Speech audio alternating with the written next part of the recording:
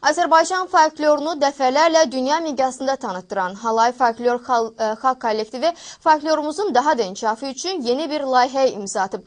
Bundan sonra Halay 3 yaş qrupunda uşaq, gənc və veteranlardan ibarət qrup kimi fəaliyyət göstərəcək. Məqsədi isə bu qrupu yaşadmaq və gələcək nəsillərə ötürməkdir.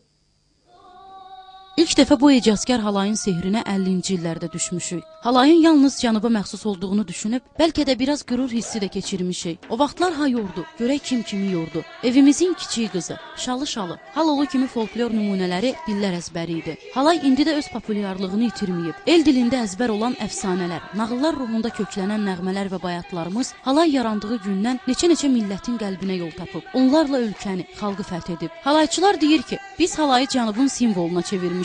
Dünyanı Azərbaycana gətirmişik. Halayın qazandığı uğurların nəticəsi olaraq Masallı rayonu 2012-ci ildə ilk dəfə olaraq folklor paytaxtı elan edildi. Halay Folklor Kollektivinin rəhbəri Natəvan xanım deyir ki, repertuarlarının bazası Ağabacı nənənin sinə dəftəri olub. Gözəl səsə malik olan Ağabacı nənə bayatçılarımızı, nəğmələrimizi toplamaqla yanaşı onları xına gecələrində də ifa edərdi. İlk dəfə 3 nəfərdən ibarət Halay Folklor Kollektivi 1957-ci ildə yaradılıb. Ağabacı nənə elə həmin vaxtdan şifahi xalq nümunələrini oba-oba, el-el gəzərək təbliğ edib.